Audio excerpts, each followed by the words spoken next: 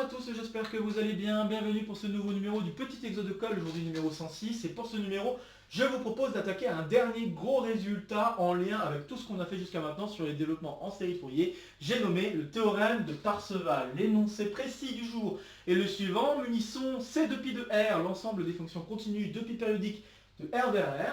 Du produit scalaire suivant, on a déjà étudié cette chose-là auparavant, on va noter de cette manière la norme associée au produit scalaire. Et pour f, fonction dans C de pi de R et n entier naturel, on rappelle quelques notations importantes, les coefficients de Fourier donnés par an de f et bn de f, ainsi que la suite de fonctions qui forment ce qu'on appelle les développements partiels en série de Fourier, les Sn de f.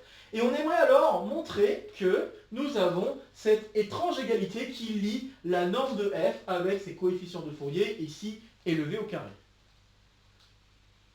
Donc voilà, c'est un très joli exercice qui pourrait s'attaquer en deuxième année de classe préparatoire, pour peu qu'on ait donc attaqué déjà des exercices en background, en lien avec donc, les développements en série de Fourier. Donc ce résultat s'appelle le théorème de Parseval, ou l'égalité de Parseval. Mais je préciserai ici version Fourier. Car peut-être vous ne le savez pas, mais le théorème de Parseval s'énonce dans un cadre assez général. Alors, ceux qui suivent la chaîne devraient le savoir, puisque en effet, nous avons attaqué en tant que petit exo de colle numéro 101, eh bien, le véritable théorème de Parseval. Et ce que j'appelle véritable, c'est en fait que ce théorème s'applique même dans un cadre un peu plus général. Donc si on travaille dans un espace pré-ibértien, réel ou complexe, donc bon, ici on l'avait travaillé je pense dans le cadre réel, mais à savoir que le résultat s'établit aussi dans le cadre complexe. On avait montré que si on avait une famille de vecteurs qui est orthonormée, alors on pouvait établir une équivalence assez rigolote entre le fait qu'un vecteur apparaisse comme élément adhérent d'un espace vectoriel engendré par cette famille de vecteurs orthonormés, et une égalité qui ressemble beaucoup à celle que nous allons étudier aujourd'hui. C'est pas par hasard que je vous parle de ça, parce qu'on va en avoir besoin. Il y a d'autres références dont on pourrait avoir besoin. Ces références pour l'instant sont juste mises en description, mais on va en parler bien sûr d'ici très peu de temps. En fait, j'aimerais juste les garder pour en parler dans la résolution, car si j'en parle maintenant, je pense que la résolution va tout de suite être divulgachée. Je serais triste de divulgacher une telle résolution, en tout cas une résolution aussi sympathique. Donc j'ai pas envie de vous parler de ces autres références tout de suite. On en parlera dès qu'on lancera la résolution. En tout cas, la seule référence que je peux vous donner pour le moment, c'est celui-ci. Et vous parler déjà un petit peu du lien justement entre cette égalité et d'autres trucs qu'on aimerait démontrer en fait à travers cet exercice. On a donc déjà attaqué pas mal de résultats assez importants sur les développements en série de Fourier. Je pense que ce sera le dernier théorique que nous verrons ensemble. Après cet exercice, je pense qu'on attaquera plutôt des exercices d'application. On verra notamment une conséquence de ce théorème de Parseval qui permet de calculer certaines séries, comme la somme des 1 sur n carré, que nous avons déjà vu auparavant, mais on le reverra sous un autre angle, ce qui permettra aussi de mieux comprendre certaines preuves qui sont données du calcul de la somme des 1 sur n carré, car certaines de ces preuves font apparaître des calculs d'intégrales dont on ne sait pas trop d'où ça sort. Et bien en fait, on verra que ça sort de ce type de résultat, en tout cas l'envie d'établir ce type de résultat en passant par des calculs avec cosinus et sinus. Et puis on verra aussi qu'on pourra calculer d'autres types de sommes, comme la somme des 1 sur n puissance 4, ou des choses comme ça, assez rigolotes.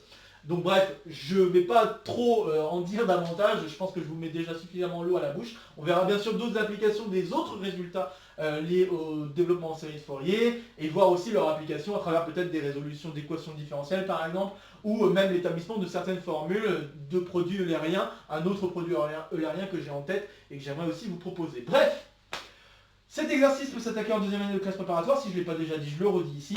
Et à condition que vous ayez ces connaissances-là, je pense que c'est tout à fait faisable. Il n'y a pas de grosses difficultés dans cette résolution. Je pense que l'enjeu important, c'est vraiment être capable de faire une espèce de traduction des résultats que nous avons déjà par rapport à ce qu'on veut démontrer. Bon, je ne vais pas en dire davantage. Je vous invite dès maintenant à faire une pause sur la vidéo pour essayer de résoudre l'exercice par vous-même avant que je vous dise quoi que ce soit d'autre. Ok, alors on est parti. Et donc pour cette résolution, on avait besoin non seulement du résultat du petit exocode numéro 101, mais pour aller plus vite, je vais aussi utiliser d'autres résultats déjà préétablis, notamment le tout premier exercice qui nous a permis d'avancer dans la théorie des développements en série de Fourier, c'était le petit exocode numéro 97. Dans cet exercice, nous avions déjà étudié cet espace-là, enfin on commençait seulement à étudier cet espace-là, et nous avons vu aussi ce produit scalaire. Et ce que nous avons établi, c'est que les fonctions suivantes, Cn qui a x associe cos nx, pour n entier naturel, donc ici si vous mettez n égale 0, ça veut dire que vous avez la fonction constante égale à 1, et puis Sn, la fonction qui a x associe sinus nx, n entier naturel non nul, eh bien, cette famille-là, formée par ces vecteurs-là, qui forment une famille infinie, hein, on est d'accord, eh bien, c'est une famille qui va être orthogonale. Et donc ça, on l'a vu déjà dans l'exocode correspondant, le petit exocode correspondant.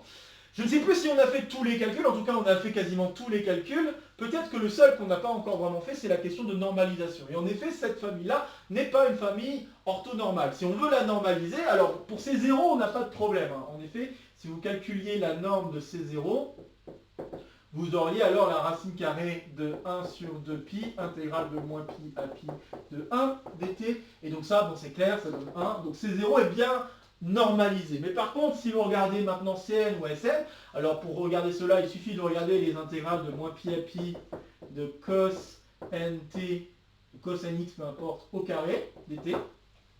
Donc si vous regardez cette chose-là, eh bien vous utilisez les formules de Trigo comme d'habitude, vous allez faire intervenir un moins 1 demi, un demi, pardon, 1 demi ici plus cos 2nt, cos 2nt sur 2 dt, voilà, donc formule Trigo assez classique. Et bon, bah, cette partie-là va donner 0, faites un calcul de primitif si vous voulez, et vous allez calculer un sinus en des multiples de pi, donc ça va donner 0. Et puis de ce côté-là, bah, vous avez 1 demi multiplié par la longueur de l'intervalle, ce qui va donner pi. Voilà. Et donc ça veut dire que la norme de Cn, bah, ça va être en fait égal à 1 sur racine de 2. Et ça va être la même chose pour la norme de Sn, je ne fais pas le détail du calcul, ça va faire ceci. Okay. Donc ce qui veut dire que si on veut normaliser les fonctions qui sont en jeu dans notre famille de fonctions, eh bien il va falloir multiplier, sauf ces zéros, multiplier tous les autres par racine de 2. Okay. Et donc bah, par conséquent, si on fait ça, alors on a la famille formée de C0, racine de 2 C1, racine de 2 S1, etc. Racine de 2 Cn, racine de 2 Sn, et puis on peut aller jusqu'à l'infini. Cette famille-là va former une famille, cette fois-ci, orthonormale. Et pourquoi je parle de famille orthonormale? Bah, si vous avez suivi ce que j'ai dit pour parler du petit exocode numéro 101, eh bien, on va pouvoir l'utiliser, parce qu'ici, on a une famille qui est orthonormale. Et on va pouvoir établir un lien. Donc, petit exocode numéro 101. On a le fait que f appartient à l'adhérence de l'espace vectoriel engendré par ces choses-là. Donc C0, racine de 2C1, etc. Bon, je n'écris pas tout. Donc f apparaît dans l'adhérence de cette chose. Si et seulement si, eh bien la norme de f au carré est égale à quelque chose qui se rapproche beaucoup à cette chose-là. Donc vous allez faire en fait le produit scalaire de C0 contre f mis au carré, plus, eh bien on va avoir la somme pour n allant de 1 à l'infini, de produit scalaire de Cn contre f, alors racine de 2, pardon, Cn contre f, au carré, plus racine de 2 Cn contre Sn contre f. Et si vous regardez de plus près les calculs qu'on est en train de faire ici, comparés aux définitions des coefficients de Fourier, c'est pour ça que je les ai rappelés, eh bien vous pouvez constater qu'en fait ce C0 de f mis au carré, donc C0 contre f, en fait bah, ça c'est exactement la même chose que A0, mais il faut diviser par 2. Donc en fait le premier terme c'est A0 de f divisé par 2 mis au carré. Et puis ensuite, bah, les autres termes qui apparaissent, alors si on fait assez attention, on se rendra compte que ici on a racine de 2 qui traîne, mais c'est pas très grave. Et puis Cn contre f, eh bien on voit la même chose que cette chose-là. Juste, il manque un divisé par 2 ici, d'accord? Donc ça veut dire qu'il faut diviser par 2. Donc ça veut dire que cette chose-là, bah, c'est en fait racine de 2 fois an divisé par 2. Donc cette chose-là, c'est racine de 2 an de f. Bon, j'écris pas le 2f comme je l'ai fait de toute façon dans l'énoncé là-bas. divisé par 2, mi au carré. Et la même chose ici, donc vous avez racine de 2, bn, divisé par 2, mi au carré. Voilà, donc on a cette chose-là, et puis si on simplifie, on retrouve exactement l'égalité souhaitée. Donc A0 sur 2 au carré, plus, là ici on va avoir du 1 sur racine de 2 mi au carré qui va donner du 1 demi. 1 demi, somme pour n allant de 1 à l'infini de an carré plus bn carré. Et donc grâce à ça, grâce finalement au théorème de Parseval généralisé, on se rend compte que démontrer cette égalité revient exactement à démontrer que f apparaît dans l'adhérence des fonctions qui sont ici engendrées par les cosinus et sinus qui sont en jeu. Bien. Et ça va vous faire penser à des résultats que nous avons déjà vus sur les développements série Fourier, notamment les résultats du théorème de Dirichlet ou théorème de Fégère. Et là, notamment, ce qui va être assez utile, ça va être le théorème de Fégère. Donc maintenant, notre but, c'est de démontrer cette chose-là. Pour démontrer cette chose-là, en fait, ce que je vais vous montrer, c'est que le Sn de f, il n'est pas non plus anodin. Et c'est là où maintenant on va voir les morceaux du puzzle se rassembler. On avait déjà vu quelques morceaux se mettre ensemble, mais là, je pense que vous allez peut-être un peu mieux comprendre d'où vient cette formule. Donc, je vais effacer un peu pour avoir la place. Si je considère une suite de fonctions, une suite d'espaces vectoriels, pardon, donc soit n entier naturel, bon ici je vais considérer directement mon nul, et on va poser, posons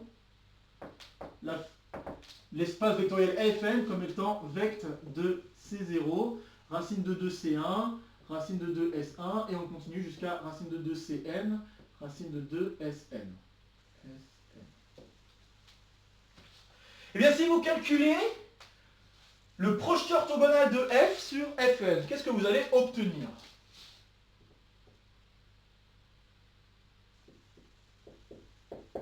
Ben là, vous avez déjà une famille orthonormale, donc vous pouvez vous en servir pour calculer le projeté orthogonal. Et bien, d'après donc le cours que vous connaissez normalement, vous avez ici C0 contre f fois C0 plus une somme sur k allant de 1 à n.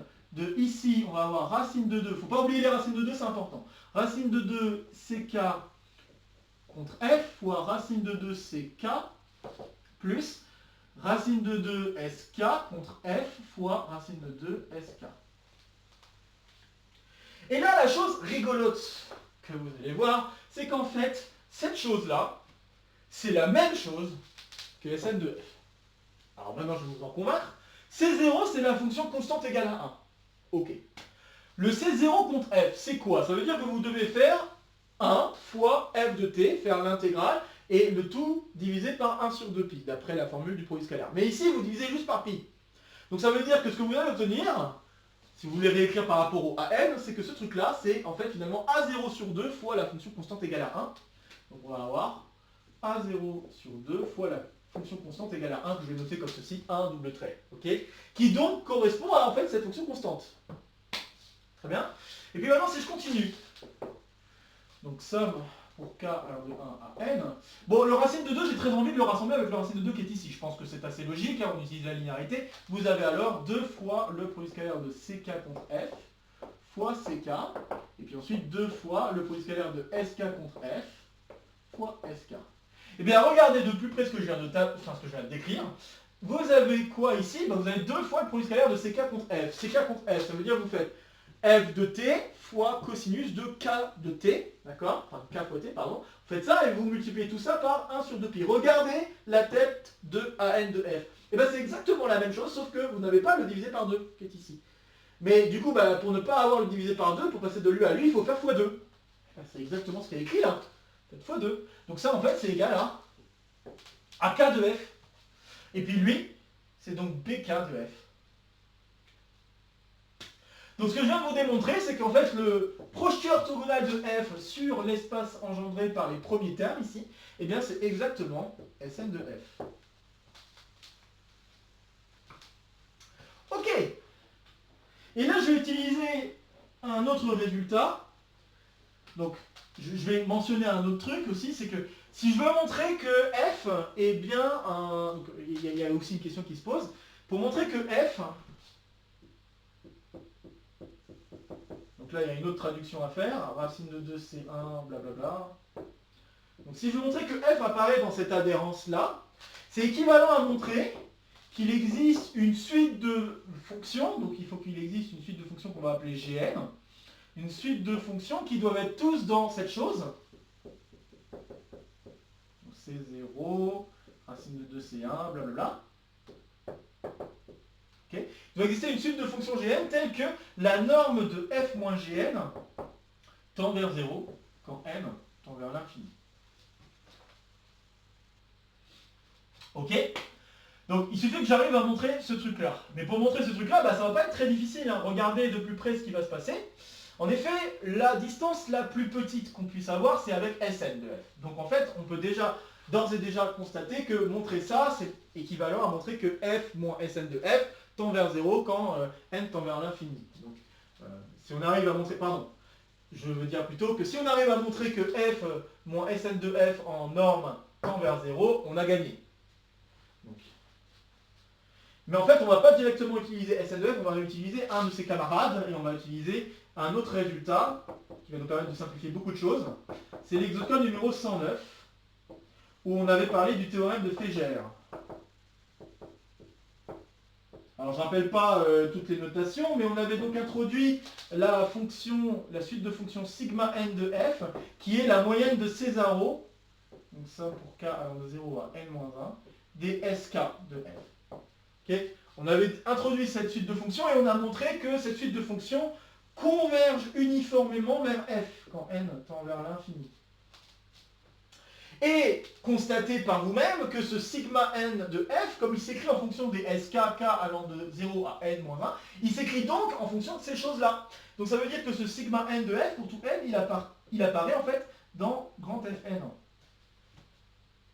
Et donc, qu'est-ce que je peux écrire? Ce que je peux écrire, c'est la différence de f avec Sn de f. Elle est majorée par, si vous voulez, je ne suis pas obligé de faire ça en fait, je suis en train de me dire. Mais je vais le faire quand même parce que je pense que ça peut être intéressant d'avoir ça en tête aussi. Donc, cette chose-là qui est bien sûr positive.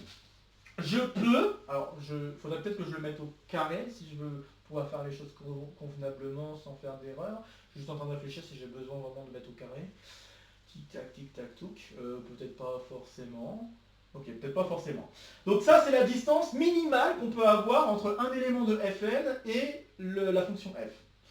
Cette distance minimale, bien sûr, elle minore n'importe quelle distance qu'on pourrait avoir avec n'importe quel élément de Fn. En l'occurrence, avec sigma n de f. Donc je peux dire que cette différence est majorée par la différence suivante, en norme. Et cette chose-là, je peux la majorer, si on réfléchit un petit peu, par rapport au calcul, parce que là, moi, je vais utiliser la convergence uniforme. Donc on va utiliser la convergence uniforme, ça veut dire qu'il faut que j'utilise la norme infinie. D'accord? Donc la norme infinie étant ce à quoi vous pouvez penser. Je rappelle, la norme infinie d'une fonction g ici pour g dans C de pi, c'est directement le sup qui va finalement être un max sur l'intervalle moins pi pi de la valeur absolue de g. Ok, donc c'est juste ça, il n'y a pas trop de difficultés. Et donc, si vous mettez ce truc-là au carré, vous allez constater que vous pouvez écrire, donc je vais le faire en dessous, sigma n de f au carré. Et bien ça, c'est la même chose, donc 1 sur 2 pi, intégrale de moins pi à pi, de f moins sigma n de f mis au carré. Le tout faut être, ouais j'ai oublié à calculer en t. On va y arriver. C'est juste une question de notation, donc f de t moins sigma n de f calculé en t, mis au carré dt. Et cette différence-là, en valeur absolue, je peux toujours la majorer par la norme infinie. Donc ça, je peux dire que c'est inférieur ou égal à 1 sur 2 pi, intégrale de moins pi à pi, norme infinie de f moins sigma n de f au carré. Et donc maintenant on est en train d'intégrer une constante. Cette constante, la longueur de l'intervalle c'est 2pi, donc le 2pi va se simplifier, ça va me donner finalement une majoration par la norme de f moins sigma de n f infini au carré bien sûr. Et donc les carrés je peux les sauter, et donc ce truc là va être majoré par la norme infinie. Et là j'utilise le théorème de Fégère pour dire que ce truc là, quand n tend vers l'infini, ça tend vers 0. Alors, on va y arriver. Donc quand n tend vers l'infini, cette chose-là tend vers 0. Et ça, c'est le théorème de Fégère. Et donc, par conséquent, ce truc-là tend vers 0, et donc ce truc-là tend vers 0. Ben voilà, on vient de montrer que f moins Sn de f tend vers 0, ce qui permet aussi de montrer de la même manière que f apparaît dans cette adhérence. Donc là, je vais écrire maintenant la conclusion. Et on voit vraiment tous les morceaux se rassembler, et c'est assez chouette à voir. En tout cas, si on se posait la question de d'où venait vraiment cette formule de Sn de f, alors je pense que j'en avais déjà parlé avant, mais je pense que c'est peut-être encore plus flagrant à travers cet exercice. Donc, ce qu'on vient de démontrer, c'est que la norme de S moins Sn de f, quand n tend vers l'infini, ça tend vers 0, ce qui permet alors de montrer que, en effet, f, hein, c'est équivalent à dire que f apparaît donc dans l'adhérence de ce qu'on souhaitait, et donc c'est équivalent à avoir l'égalité demandée, donc c'est-à-dire A0 sur 2 au carré plus 1 demi, somme pour k allant donc de 1 à l'infini, n, je vais mettre an carré plus bn carré. Et voilà, ceci conclut la preuve. Donc voilà, c'est un très joli résultat, hein, ce théorème de Parseval. Et on voit donc, j'espère en tout cas vous avoir permis de voir comment les morceaux du puzzle se rassemblaient pour démontrer ce joli résultat à partir de tout ce qu'on avait déjà fait auparavant, donc notamment les résultats du petit exode-col numéro 101, de l'exode-col numéro 109 et du petit exode-col numéro 97 qui était en fait notre précurseur pour attaquer la suite des exercices sur les développements en série de Fourier. Donc voilà, pour la suite, comme je l'ai dit, je vais vous proposer des applications de tout ce qu'on a développé sur cette théorie. Donc on va tout d'abord attaquer un exercice, alors ça sera peut-être pas pour tout de suite, mais ça viendra plus tard, un exercice de calcul de développement en série de Fourier qui vous amènera à démontrer ou redémontrer que la somme des 1 sur n carré, c'est bien pi carré sur 6. Et ça me permettra peut-être de mieux comprendre aussi certaines autres preuves, comme je l'ai dit, liées à des calculs d'intégrale. Je vous montrerai aussi comment on peut calculer d'autres types de sommes, avec la somme des 1 sur n puissance 4 ou des choses comme ça. Ou la somme des 1 sur 2n plus 1, le tout au carré par exemple. Ou, voilà, bref, on va faire des variantes assez rigolotes. Je vous montrerai aussi un autre exercice assez sympathique qui permet d'établir une formule dite produit eulérien d'une fonction bien particulière. Donc ça peut être aussi assez chouette de voir que les développements en série de Fourier peuvent aider à démontrer ou à obtenir des formules comme celle-là. On verra aussi comment ça peut intervenir dans des équations différentielles. En tout cas, je vous espérais vous proposer au moins un exercice dans ce goût-là. Puis après, on verra bien, hein, suivant les idées qui me viennent, je vais essayer de proposer encore d'autres petits exercices. Je ne vais pas en faire trop, hein, comme je l'ai fait pour la décomposition de Frobenius. Je vais essayer d'en proposer quelques-uns, et puis après, s'il y a d'autres idées qui me viennent, ça viendra alimenter ces suites d'exercices, mais sinon, on pourra très bien s'arrêter à 3 exercices d'application, et je pense que ce sera amplement suffisant. Bien, donc comme d'habitude, n'hésitez pas à partager la vidéo. Si vous connaissez des camarades qui pourraient être intéressés par cette vidéo ou par le contenu de la chaîne de manière plus générale, n'hésitez pas à laisser en commentaire vos questions, vos remarques, vos retours concernant cet exercice. Comme d'habitude aussi, ici, ça sera pour me soutenir. Ici, ça sera pour vous abonner. N'oubliez pas d'activer la clochette et de cliquer sur toute notification. Sinon, il va y avoir des vidéos de la chaîne qui vont vous passer sous le nez. Ça serait quand même dommage. De nouvelles vidéos vont se proposer à vous pour continuer à faire le tour de la chaîne. Et sur ce, je vous retrouve très vite pour de prochaines aventures mathématiques. Portez-vous bien et à très bientôt. Salut à tous!